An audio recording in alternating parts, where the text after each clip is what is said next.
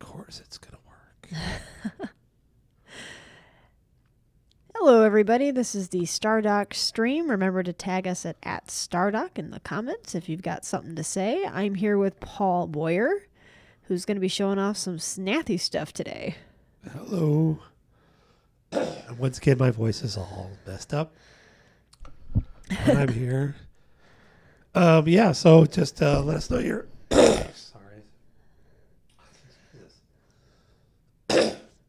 Let us know if you have any questions. And we've already talked about the Snathy like the last couple of weeks. So if you have any questions about anything else, about 1.3 or 1.4 or whatever, let us know. In the meantime, I'm going to try actually playing a game as the Snathy. Such friendly-looking little evil squirrels. Everyone. It was hard. It was very hard to get... it was hard to get them to look... We want them to look a little cute so you can pick on them, but we also don't want them to be too silly. So Yeah. So they came out pretty good. I think so. There's definitely some comedy there about this angry butch little squirrel, but they're not, they're not too adorable. People run in terror of their itty bitty feet. Yes. All right. So do we have is anybody bothered to ask any questions yet? People chatting already. Somebody, Jono LR says, Paul, the pirate ship set bug still hasn't been fixed.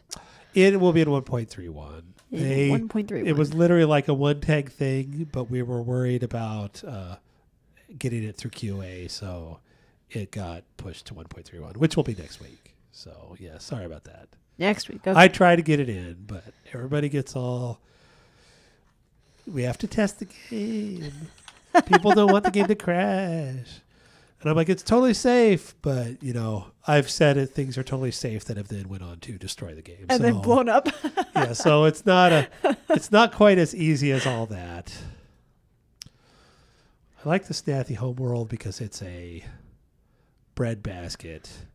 So you can build population really fast if you want. They have a couple negatives, like they have crap for hit points and some stuff like that. So we did throw them a couple bones. And the scavenge ability, at least late game, is super overpowered. Right. So, well, not overpowered, but super powerful. Yeah, scavenge sounds pretty cool. Yeah. Well, it's one of those things where it's like it's really cool, but if you don't use it right, it's kind of you lose them because when you scavenge a ship, it has like so little hit points that if you immediately run it off into battle, it'll just die. Right. But if you can send them back, because they have accelerated repair as well, so if you send them back to kind of recover, it could be very awesome. Right. I tend to send them to defend my planets for future. Let's see. Ooh, Somebody nice. wanted to thank you for mentioning the tech inflation stuff last week. And wonder where it is. Yeah, no, we're actually that's going to be one of the main. I'm finally getting in my habitable planet modifier into 1.4. It's like we're working on it already, and the reason why it took so long is we want to make it really powerful so that we can affect other things besides tech. Right. So it's not just a tech cost modifier. It can be a cost modifier. It could be a production cost modifier. It can be an influence modifier. It can be a large galaxy penalty modifier. We want all these things to be able to be balanced on a per map size or on a per planet count basis. It'll make it a little harder for min-maxers to go, well, this is always this cost, and things will change a little, but in the long run, it'll be a much better game experience, I think. Oh, hey, who's this? Oh, that's Where are friendly they? looking. Oh, wait, no, that's your. Now, is this the campaign you're playing right now? Or No, this is just a sandbox game. Gotcha. I played a little of the campaign both last week, so I I thought so. Already seen that. Okay. Peregrine asks, when you salvage a transport, are you supposed to get the soldiers too? That's a little overpowered, but it was like, what the hell? The funny thing is, occasionally, like I actually had one game where they came to attack me, Or I went to their planet and I salvaged their transport and then attacked their planet with their transport. And I'm like, technically we shouldn't allow that to happen, and we might take that out. But for the moment, it's actually kind of a rare thing, so I wasn't too worried about it. But yeah, it might be a little. That wasn't very nice of you, Paul. It's fun. Well, it's even funnier is when if you could salvage a colony ship. Oh my and then God! you get their people, and you go around. It's like, oh, there are our little minions. So they're just so grateful for us not blowing them up that they'll. Oh my gosh! So yeah, that is a little side effect, and it's really just a question of how do we want to address it? Do we want to just kill the people off? Do we want to just make it so those types of ships are unsalvageable, which is probably the safest thing to do?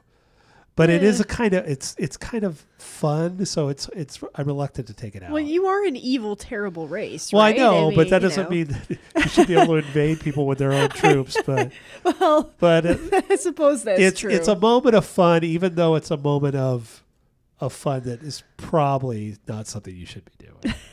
So. Zap Gun for Hire wants to say, love the Snathy scenario. The black hole at the center of the map is scary. Yeah, that was kind of funny because I just wanted to try and keep everybody farther apart, so that because if you rush off as the Snathy, you'll just get hosed. Right. So once you've played it a few times, it's actually really easy to beat, but you have to be careful. Why am I doing this? Why are you doing that? I don't know. I'm gonna actually not do that. I'm gonna just wait on this for a moment. Sorry, sometimes it's hard this is why I tend to soak, because it's kind of to play and talk at the same time. Scott and I have had that conversation many times as well.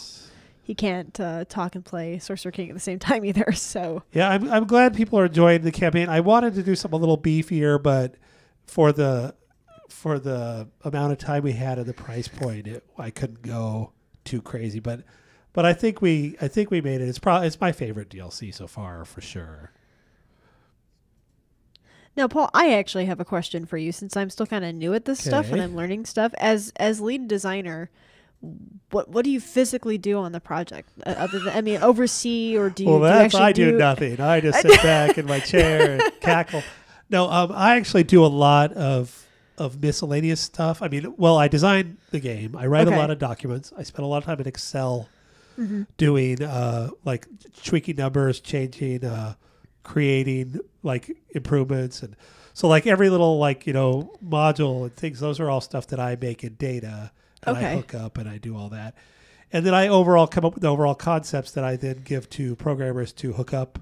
Okay. And sometimes I make little mock-up simulations. I tend to do simulations like in Excel, Visual Basic, just to make sure my math works, and then hand it off to real people to do it right. Then I also, because we're a relatively small team, I also do all the UI. Oh, okay. I also do, not all the UI. I do 90% of the UI, and then I do a lot of testing these days, which is actually fun. I felt guilty because I was playing the game all day yesterday. It was actually kind of awesome. That is pretty awesome. Yeah, we've got more AI stuff in the works, and Alan and I were, we were talking about making this it would be funny to almost make this a gameplay mode where we did a test on the same map to see who could get to the highest production numbers playing on up to 100 turns on the same map as the same race. And the reason we're doing this is because we're trying to make sure that the AI can compete with the human. Gotcha. Which is somewhat difficult sometimes. So, but it was a really fun little challenge. And I'm like, we almost need like a tournament mode or a Farmville mode. Oh, yeah. Like that. I'd love to figure out some way to turn that into a game, because it was actually really fun. That'd be pretty neat. Oh, crap. Uh-oh. What'd you do? There's a pirate base right there. Pirates! Luckily, they did not attack me for some bizarre reason. Their ships must have been off the other direction. My first probably 4 or 5 games of Galciv were me dying to pirates. So that's what they're there for. Once you know how to avoid them or kill them, they're pretty easy. Yeah. You do have to be careful though. If you leave them too long, they become. Yeah, where the heck are all the planets? Let's see. We got some other questions here. I missed that one. Ronan the Wizard says, could the Arnorian Wardens be added to the sandbox via Mega Event? Maybe actually, because they are essentially a kind of a loosely related sibling of the Peacekeepers. Mm-hmm. As a matter of fact, originally they started off as Peacekeepers, and I was like, let's make it so they're like an Arnorian relic. Right.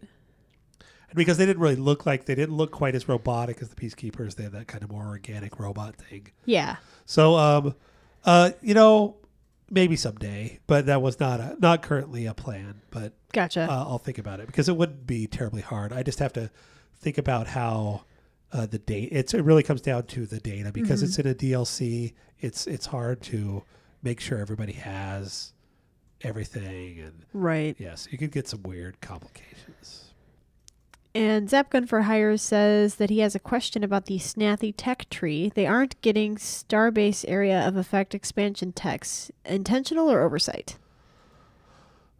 Might be an oversight. I will have to look at that because I thought I fixed that for everybody, but I might have based them on an older tree because I started it a long time ago, and because they didn't get in, I didn't think about that. But I'll check on that because that's one of those techs that only pro players care about, but pro players really care about. Most people don't even know that tech exists, but once you realize what you could do with it, it's like, you rush to that. Right. Wow, this is what happens when you fill the entire galaxy with people. There's no planets. Oh my gosh. I might have to kill these guys. You made a game with everybody? Well, I put all the base players in, plus the Snathy. Oh my gosh. And it's only a medium. Or maybe it's a medium. But it's loose clusters, so there might be some guy up here going, where is everybody? So sometimes that's actually the best place to start if you as far away from everything as possible. Peregrine 23 says, how do you feel about starbase balance? I think most people find economy starbases to be a bit OP and military and influence to be a bit UP. I would agree with that, and we're going to be addressing that. But I didn't spend a lot of time with it right now because we're changing the system in general. But military definitely needs some boosting up, and so does influence. The economy ones are OP, but because they're so useful, it would be hard to whip them down too much. Right. People would really yell at me. So what I'll probably end up doing is just tweaking them just a little bit and then amping up the other ones. Right. And as you can see, as I start building my star of Starbase Death here. Starbase Death, I love it. Larsen X asks, can Paul give us a hint on what's in store next? I know 1.3 dropped. Was curious what is on his plate, so to speak. Right now, we're actually really hard at work on AI stuff. 1.4 is going to be a little some diplomacy changes. We're going to get off my lawn in. Finally, we're going to get in the map. But we're mostly spending our time. We want to get the AI building planets as efficiently as the human. And that will go. We'll be tweaking the governors a little more. And we'll be killing the slider, which everybody will yell at me about.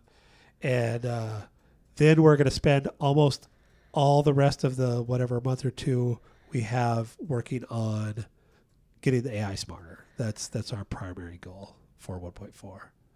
Okay. And we might have a DLC where we're just still debating on what because we have several that can do.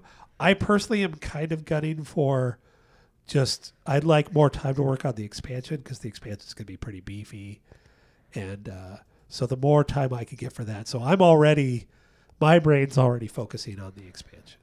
Right. Okay. Which has a lot of neat new stuff in it.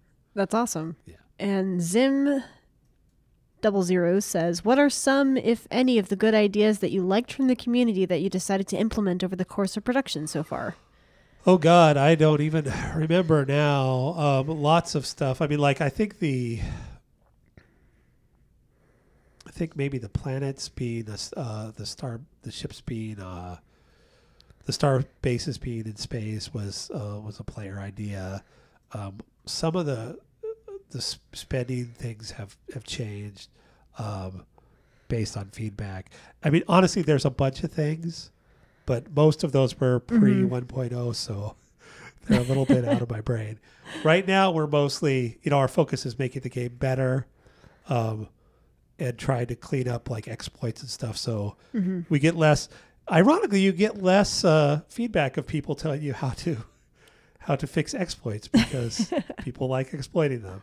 So so we get a little bit less of that now than we did before. But yeah, there's a lot of good feedback. I can't even remember. I think having originally the star bases were the shipyards were on the planets, and planets would build ships or star bases, and people really didn't like that, and that was a player feedback thing that we changed. Lots of little things, like people go, hey, this is annoying, and we'll be like, yeah, you're right, and we'll fix that. But we don't really I can't even count those things up because there's so many of them. Right. Yeah.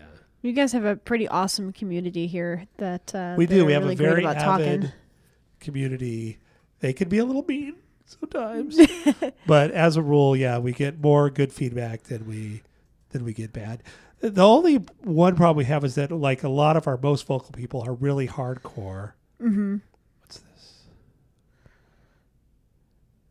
Incoming It's the transmission. wormhole event. I'm going to pretend that didn't happen. So we get a lot of good feedback.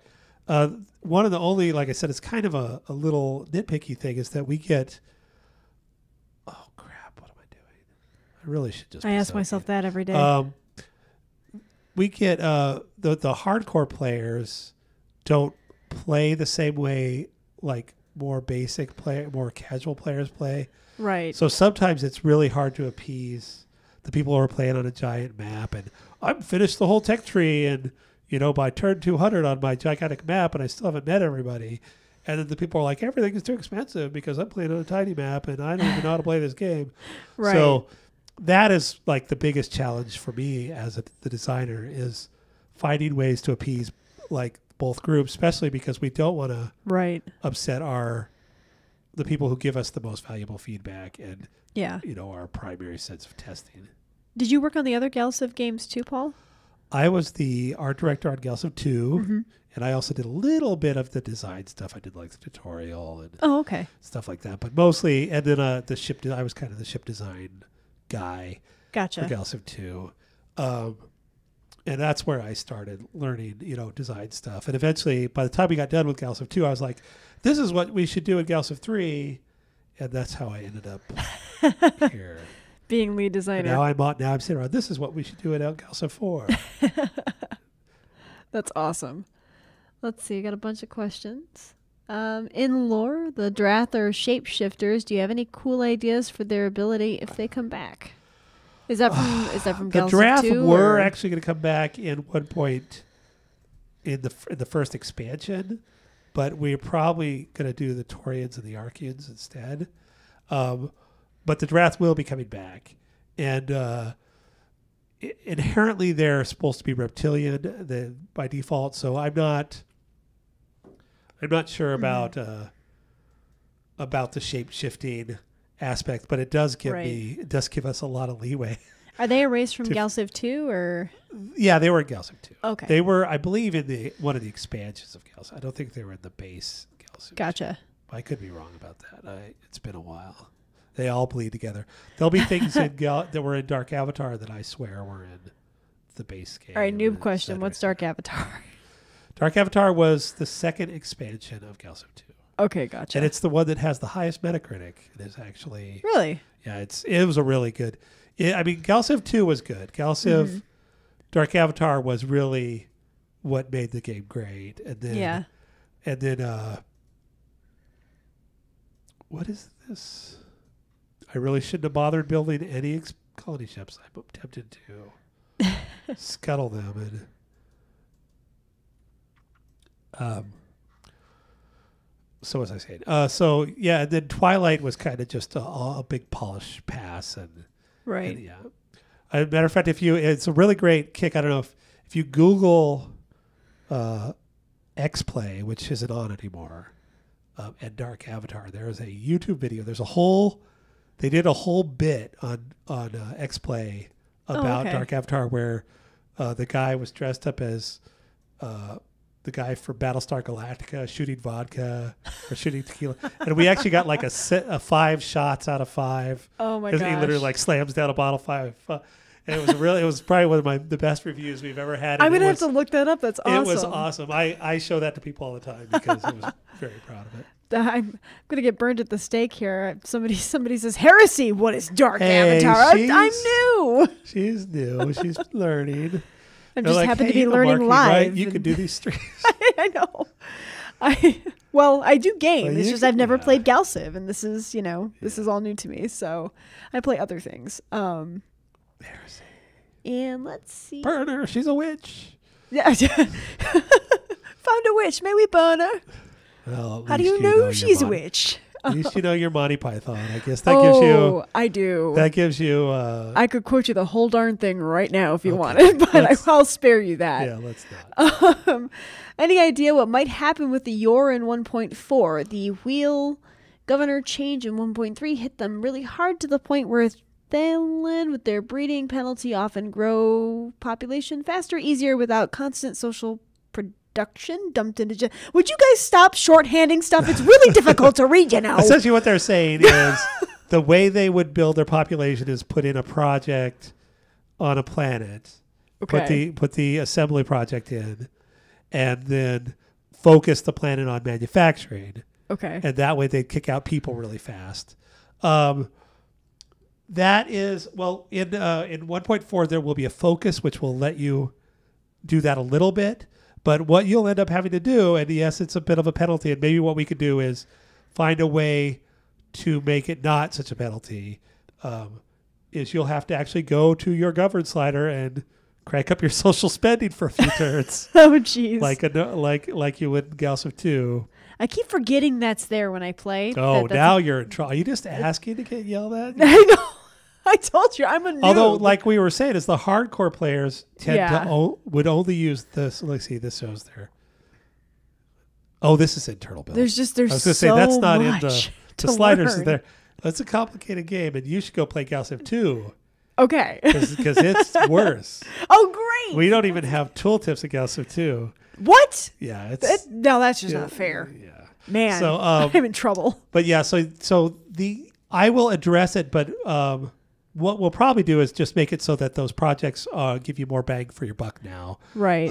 The problem before is we kind of had to keep them damped down a little because they were so easy to just go to that planet, focus everything, and just the Yor would just spike through the roof Oh, God. with population if the player was playing them that way. Right, right. So, it's balance. All these things have to be balanced. Why that's aren't these got a guys lot of going back to balancing. the planet? Let's see. Oh. There we go.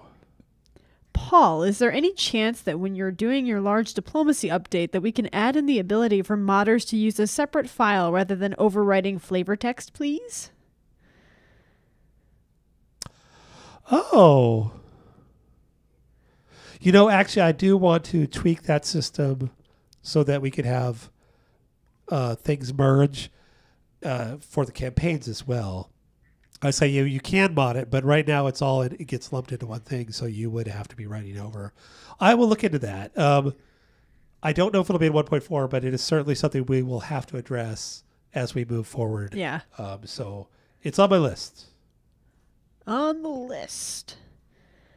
And let's see, is there an ETA for the rest of the ship design contest finalists to be included in the game? Okay, now I had an idea about this. Actually, we're looking into this, but there is a new feature in the expansion that I don't want to talk about yet. Okay. And it requires a bunch of these crazy, unique ships.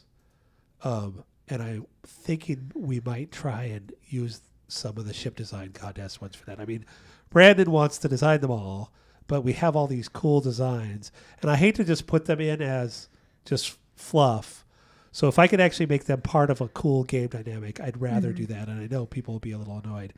But but yeah, I think that is my current plan for the ship design contest. And as a matter of fact, we might have another ship design contest so that we can kind of have even more fodder for that. But I can't really talk about what it's for yet, but I think people will really like it. Awesome. And since pirates can get a colony world via a mega event, any chance they can be contacted via the diplomacy window, something down the line perhaps? You know what? I went out of my way to make it so they can't be. We actually have to do special stuff so that they can't be talked in diplomacy. What I really should do, Pirates and diplomacy. I might come on. rework that event to, rather than the pirates take a planet, actually spawn a new race of pirates called like the super pirates or something. And then they could just be a minor or even a major. And then you could go, and then you could talk to them and do all that. Okay. So that's something to consider. But at the point, I didn't want essentially it to become, I didn't want them to screw up diplomacy. I didn't want them to. So that was a purposeful choice not to do that. But I do see the point. I kind of like the idea of making them debatable. But if we do that, I think they need to be a little beefier. They need to have some flair to them. Okay.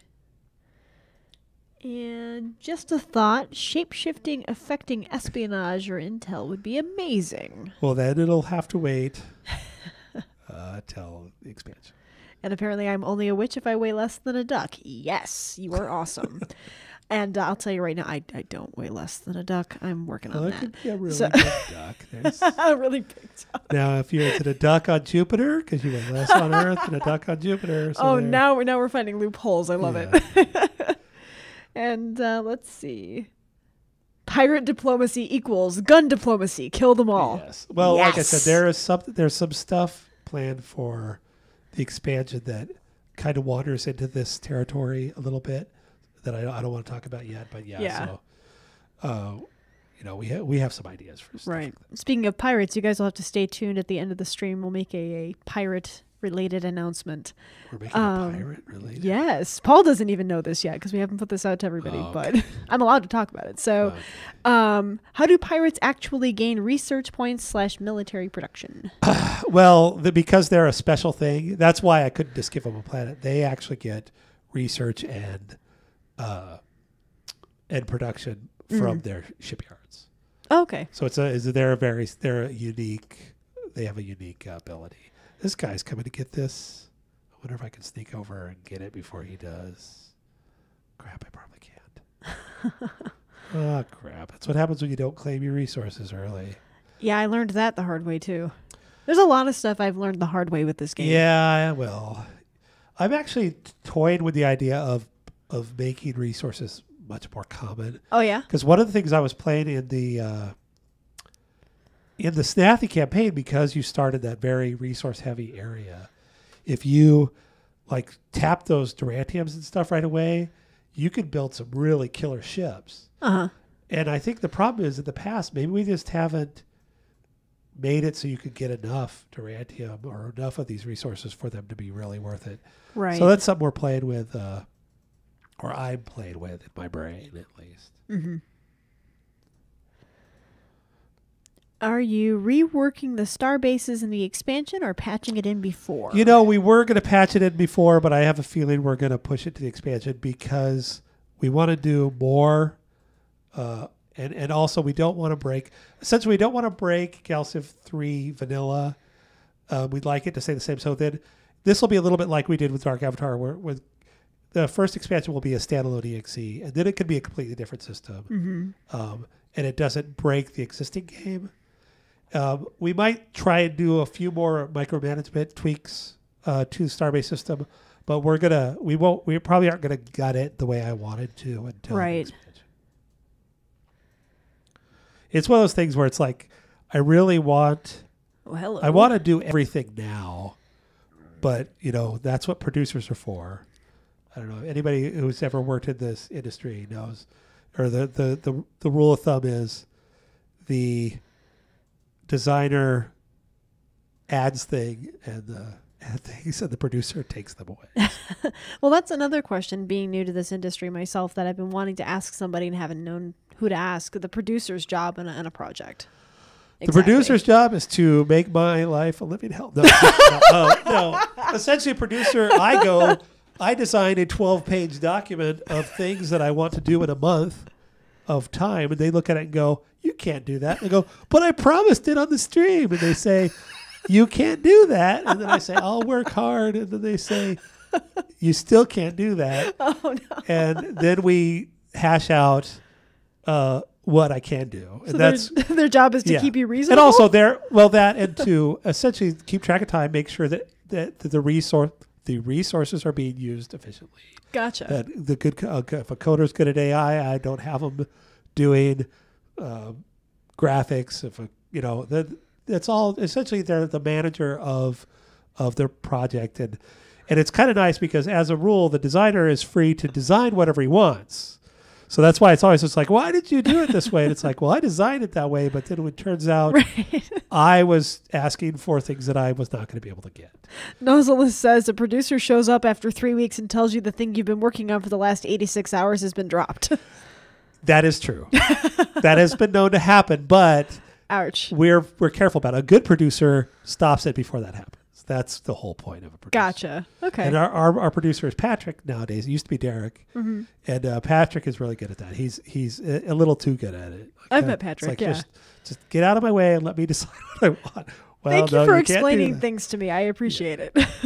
It's like I said, the producer's job is to say no, and the To crush designer's job crush is your to hopes say and yes. dreams, right?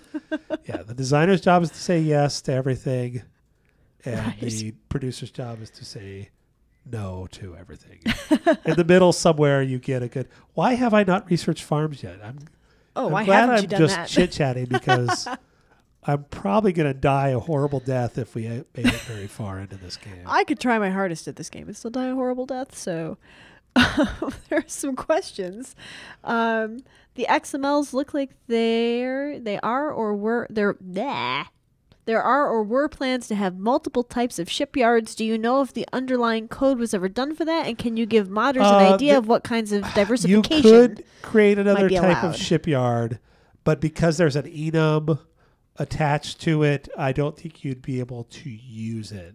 But Okay. I'd have to look into it. Okay. I'd have to look into it. That's one of those things that we'd like to. Right. Did he just talk to me? Do I have Universal? He did Oh, I ju- do.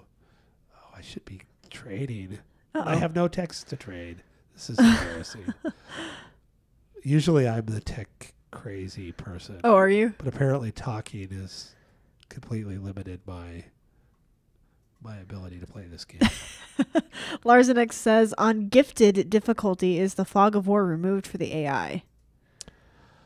No, it's never removed, but like I think that it has I don't think even on gifted. I There's think a on gifted godlike difficulty? it has Oh my god. it has like longer sensor range, but I couldn't tell you that by off the top of my head. I'd have to look. Gotcha. Brad, I set up a bunch of those, and then Brad just redid them all. So I kind of lose track of that because it's when it comes to AI, I stand back usually and let him do his thing. And although nowadays me and Alan are doing more of it, so I'll be able to answer more of those questions as we move forward. Okay. Oh wait, did I get my planetary improvement? Zapgun for Hire says, speaking of things that were cut, conversations with the other factions was something that was designed to be in the base game but was cut during beta. Is that ever coming back in? Actually, we're going to start implementing that in 1.4. That's cool. part of the get off my lawn process. Get So- off my lawn. I love it. With In 1.4, space.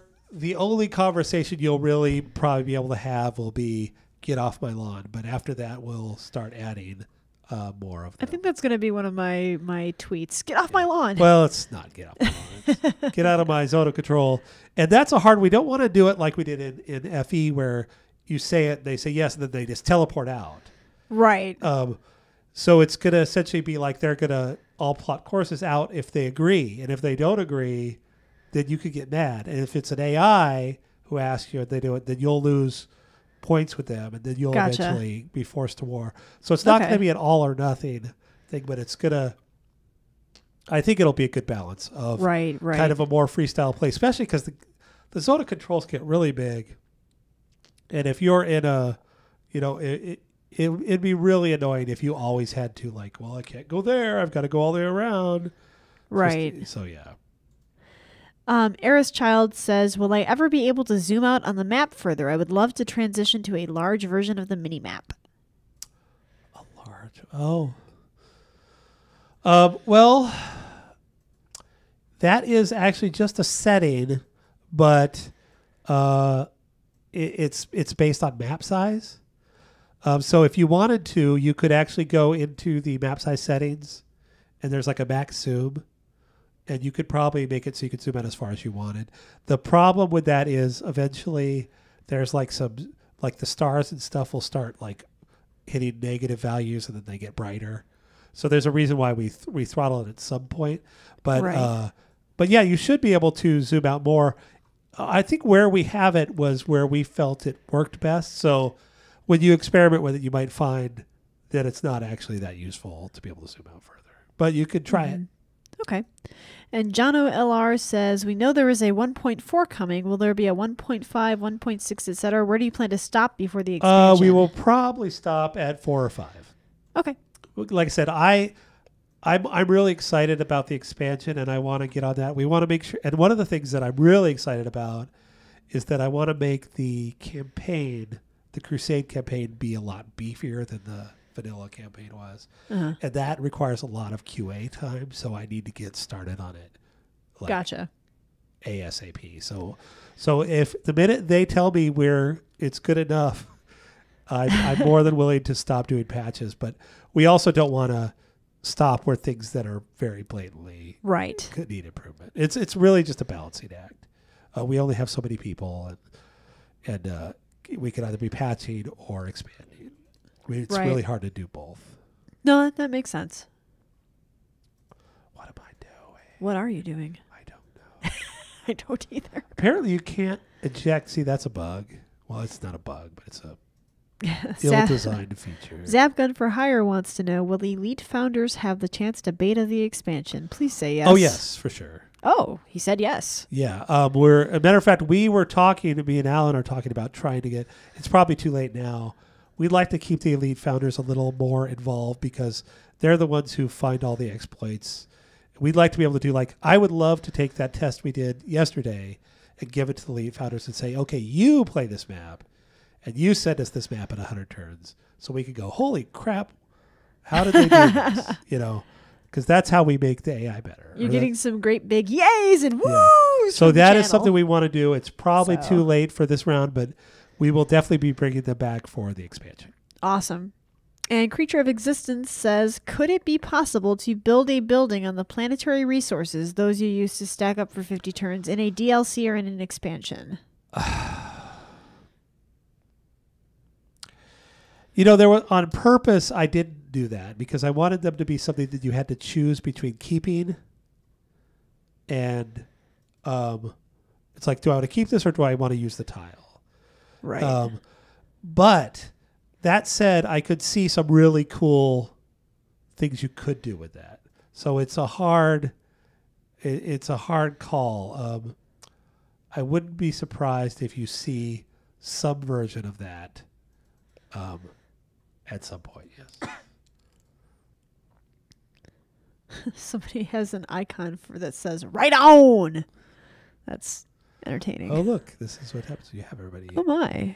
Oh, I've never gotten far enough to have like a big United Call thing. Well, you just need to play against more people. Yeah. I've been sticking to like one or two for the time being. I don't think that. Look, I'm not even on the list. That's so sad because I've been ignoring everybody. And I have one planet. Essentially, I'm going to die. Yes, let's elect the Who evil do- squirrels to who rule the do galaxy. I- That's a great plan. Who do I hate less? Who do I hate the I guess least? the Terrans are probably the most diplomatic, which hopefully up and the Thalian win. Oh, well, it was a good try. If Paul ever wants to take a week off, time off for Paul. Any chance we can get a mod chat with Derek sometime? We should, as a matter of fact, this is a question for you guys. Yeah. You should arrange that because I know that people ask for that a lot. I'm going to write that down. Yeah, That's and, something I didn't know that people asked for. Derek is busy working on a super secret project that I'm sure he would like to be able to focus on, but he's also a hardcore modder, so I'm sure he would. I'm sure he he could would he could be give me a very half an hour of interested. his time, hopefully. Yeah, I'm sure he'd be very interested in doing that. And I'm populating the Twitch calendar and trying to do some different stuff, guys. So this is good to know. If there's offbeat things you want to see, people other than Paul or Derek or whatever, send it my way because I'm the one who's in charge of planning this stuff. And I'm the noob, as we've established. So is there a way to build a specific planetary improvement on a planet via colonization event? There is an event that adds a tile, but I haven't seen anything to suggest an improvement could be added. Excuse me. No, there is currently no way to do that I can think of. Yeah, you could give a tile. You could make all the planets. You could theoretically make all the planets, whatever they are currently building, finish. But there's no way to say every planet gets a factory. That is not a supporting trigger. It could be done, but I don't really have any direct use for something like that. So it's certainly not on a high priority list. Okay. Bigger Fish asks, can we get ship routes on the mini-map? It can be really hard to tell what ships are going where, especially when you have a lot of them. Oh, it's not there. Wait, isn't this it? Wait. Oh, that's trade routes. Yeah, that's a good idea. It's not something that we could bang out really quick, but I think that might be a good idea. So I'll look into it. I think in Galciv 2 we had it, but maybe I'm thinking of trade routes. Yeah, so you can see trade routes. I don't have any. Yeah. But you can't see. You really have ignored everybody, haven't you? Yes. Yeah, well, chit chat. Yes, true. Here, watch. As a matter of fact, if I soak, I bet I'll die in like 10 turns or like 50 turns. Let's let this thing do its thing. So it just does it automatically, huh? Yeah. All right. Look at everybody else. He's got 1, 2. Oh, God. Actually, it looks like everybody got kind of screwed by the crowdedness of the galaxy, but even 2 planets. This guy's got 2. Altarians have 3. Yeah, I'm screwed. I've got a question. Is there any way to make the AI expand slower than they do in the easiest difficulty? I tend to expand slowly and torque up each colony, but I'm finding the AI beats the tar out of me. The way to do that is to, well, no.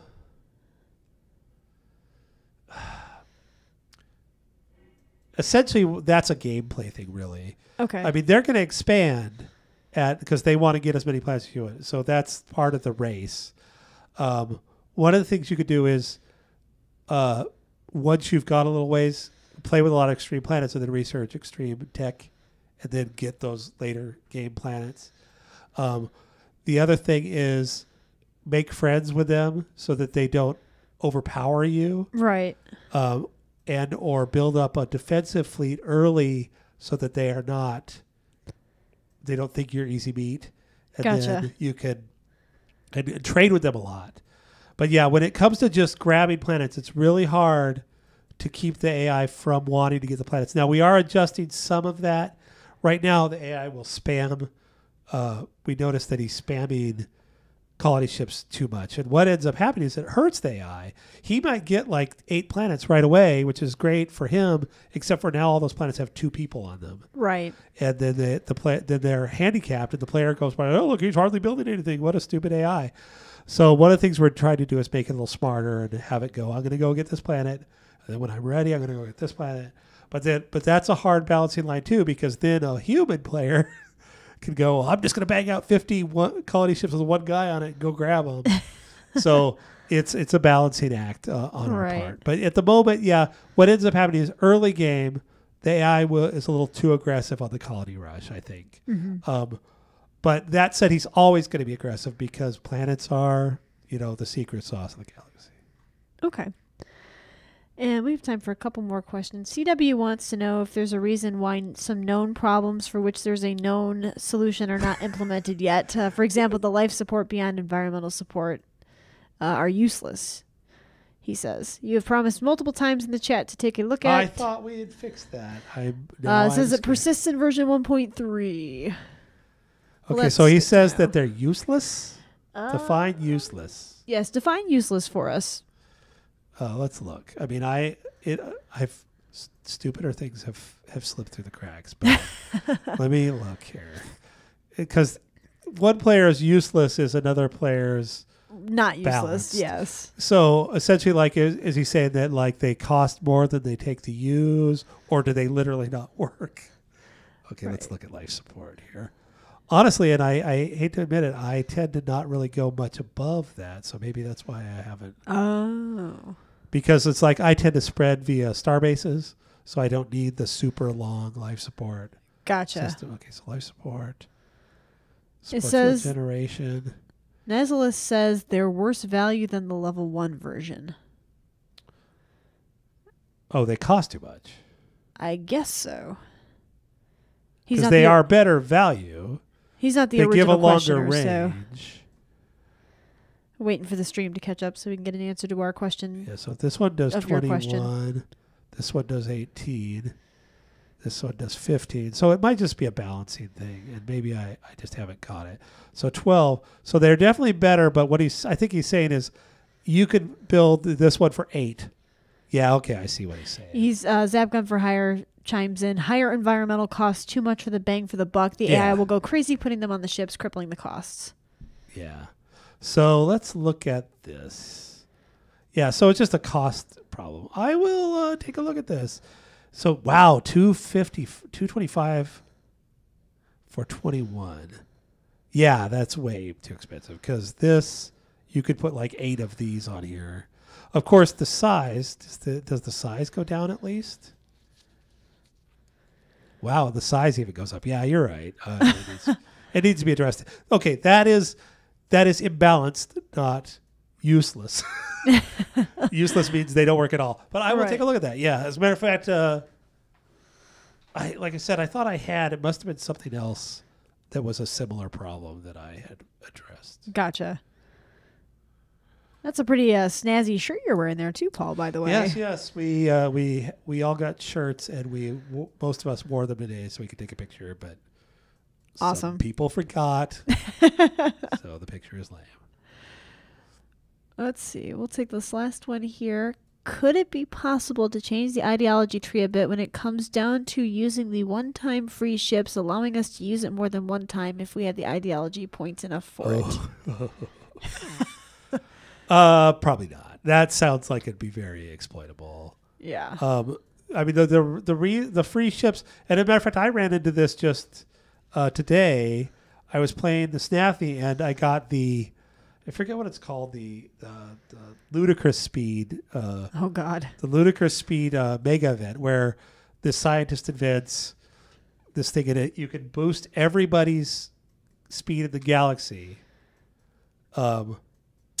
or your own, and spend some money, or you could like, and it has like a bunch of choices, but the benevolent choice is 50 points. And that's a lot of points. Yeah. So, and the other ones were like 25. So I was like, oh man, even though I'm playing pragmatic, I'm going to take this benevolent one. Right. And then, but it's funny is because I did this late game, and then I get over here and I'm like, oh, look, I could get a free colony ship. And it's like, but I don't really need a free colony ship at this point. So, I mean, there's a reason. I would say as a rule, no, we wouldn't do that. Now, that doesn't mean I couldn't make the ideology traits better. And we will continue to tweak them and enhance them as we move into the expansion. But Right. but I doubt if we'll ever make it so you can pick multiple traits twice. Gotcha. It kind of is contrary to the whole idea behind ideology, especially when you could just build. Right.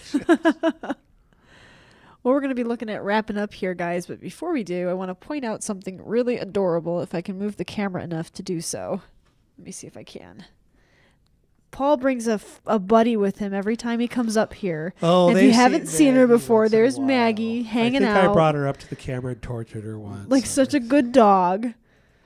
She just sleeps. She does, but she's awfully sweet. She's a good dog. Every once in a while, I see her star when I'm playing the game. And that Aw. You put a star in for Maggie? Yeah. That's we so have cool. there's like 12 zillion star names, so it's really rare to see the ones you're looking for. Everybody's going nuts on the stream. Yay, Maggie. Everybody loves dogs, and Maggie's pretty much impossible not to love. She is a sweetie. She's super nice, super awesome dog. As a matter of fact, Maggie is such a loyal employee that I'm going to be gone Monday, and she's coming in. She's coming. Kristen bringing her in then. Kristen's bringing her in. And she's going to go downstairs and hang mope out around. Yeah. That's awesome. All right, guys. Well, we have had a good Friday. I hope everybody has an awesome weekend. And I promised you a pirate announcement, so here it is. Next Friday, since Paul is really busy working on other projects, we're going to taper off a bit on the Galciv specific streams. He's not going away. Don't freak out like you freaked out when I said Scott wasn't going to be here every week. But next Friday is the day before International Talk Like a Pirate Day, which happens to be my favorite holiday, personally. And we are going to do a special Dead Man's Draw stream with pirates and special guests and key giveaways and all sorts of fun stuff. So Friday at 3 p.m. we'll be streaming Dead Man's Draw, and we're going to be doing some crazy fun stuff here at Stardock that we will post all over Twitter and Facebook and all sorts of fun stuff. So if you want to catch us being goofy, then that's the place to look. Where did those Dreadlords go? Where did they go? Paul's in trouble. No, I just there was the Dreadlords were over here, and they were killing people. But they must have just spawned because their planet didn't have much on it. Oh, here it is. Oh my gosh. Yeah, they just started.